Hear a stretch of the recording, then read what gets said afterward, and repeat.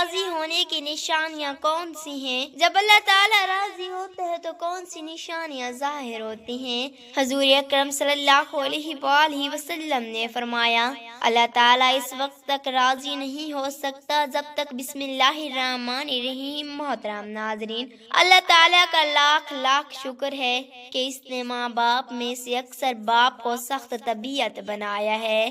اگر ایسا نہ ہوتا تو بچے شیطان کے پھندے میں پھنس جاتے۔ ماں کو چاندی کی طرح ٹھنڈا بنایا ہے اور باپ کو سورج کی طرح گرم۔ ہر بچے کا ایک حقیقی باپ اور ایک حقیقی ماں ہے۔ ماں چاند ہے تو باپ سورج، اور یہ بات تو آپ جانتے ہیں کہ چاند سورج ہی سے روشنی لیتا ہے۔ ماں اگر جنت ہے تو باپ اعلیٰ دروازہ ہے۔ ماں جنم دیتی ہے تو باپ زندگی دیتا ہے۔ ماں چلنا سکھاتی ہے تو باپ دوڑنا سکھاتا ہے۔ ماں کھڑا ہونا سکھاتی ہے تو باپ کھڑا رہنا سکھاتا ہے۔ ماں بچے کی حفاظت کرتی ہے تو باپ دونوں کی حفاظت کرتے ہیں۔ ماں گھر سجاتی ہے تو باپ گھر بناتا ہے۔ ماں کی گود مدرسہ ہے تو باپ اس کی عمارت ہے۔ ماں کے قدموں تلے جنت ہے تو باپ ہی اسے جنت دیتا ہے۔ ماں بہت ہی شفیق ہوتی ہے تو باپ بہت مہربان ہوتا ہے۔ اس لیے حضور صلی اللہ علیہ وآلہ وسلم نے فرمایا ماں باپ کی رضا میں رب کی رضا ہے۔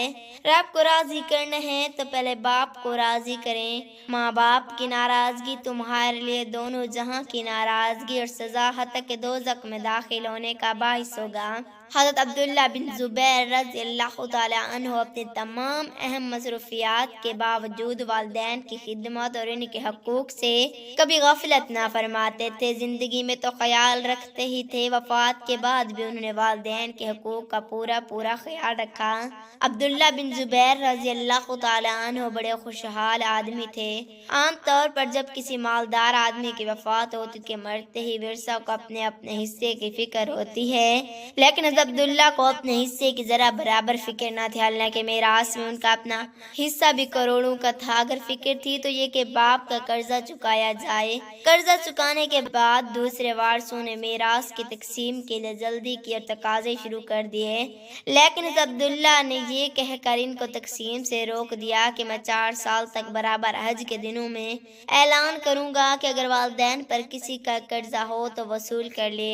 ہو سکتا ہے کہ کسی کا قرضہ ہو تو وصول کر لے، ہو سکتا ہے کہ کسی کا کچھ رہ گیا ہو۔ 4 سال تک اس طرح برابر اعلان کرنے کے بعد میں تقسیم کروں گا۔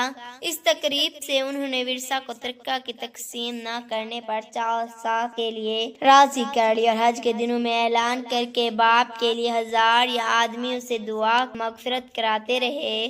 یاد رہے کہ رضا کا مطلب خوش ہونا ہے۔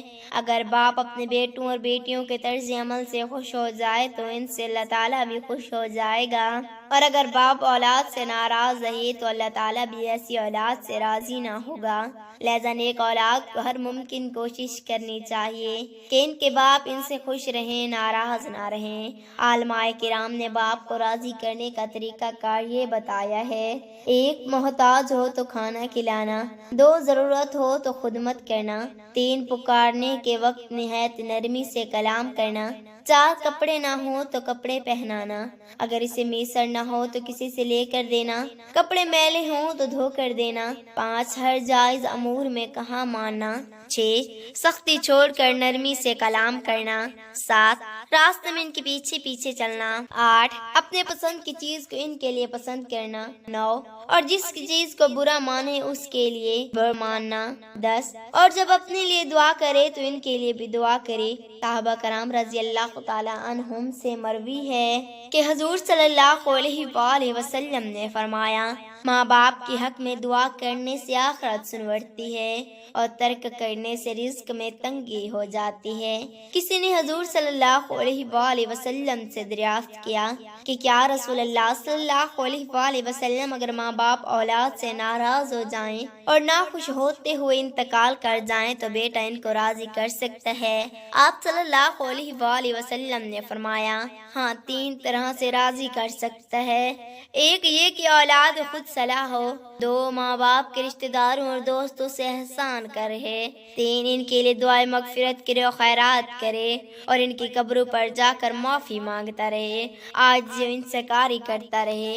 ماں باپ کا دل سمندر کی طرح وسیع ہوتا ہے۔ ایک شخص بوڑھے باپ سے نفرت کرتا تھا کہ اس کے گھر میں رہنے سے میری عزت و وقار میں بڑا فرق پڑ رہا ہے، اور بیوی کے ساتھ صلاح مشورہ کرتا تھا کہ جب باپ سویا ہوا ہو تو اس کو صندوق میں بند کر کے دریا میں پھینک دوں۔ بیوی نے کہا درست لہذا رات جب بوڑھا باپ سویا ہوا تھا تو اسے صندوق میں بند کر کے دریا میں پھینکنے کے لیے چلے گئے۔ جب دریا کے کنارے پہنچے تو صندوق سے آواز کہ بیٹا چند قدم آگے بڑھ کر پھینکنا، کیونکہ میں نے بھی اپنے باپ کو اسی جگہ پر آ کر پھینکا تھا۔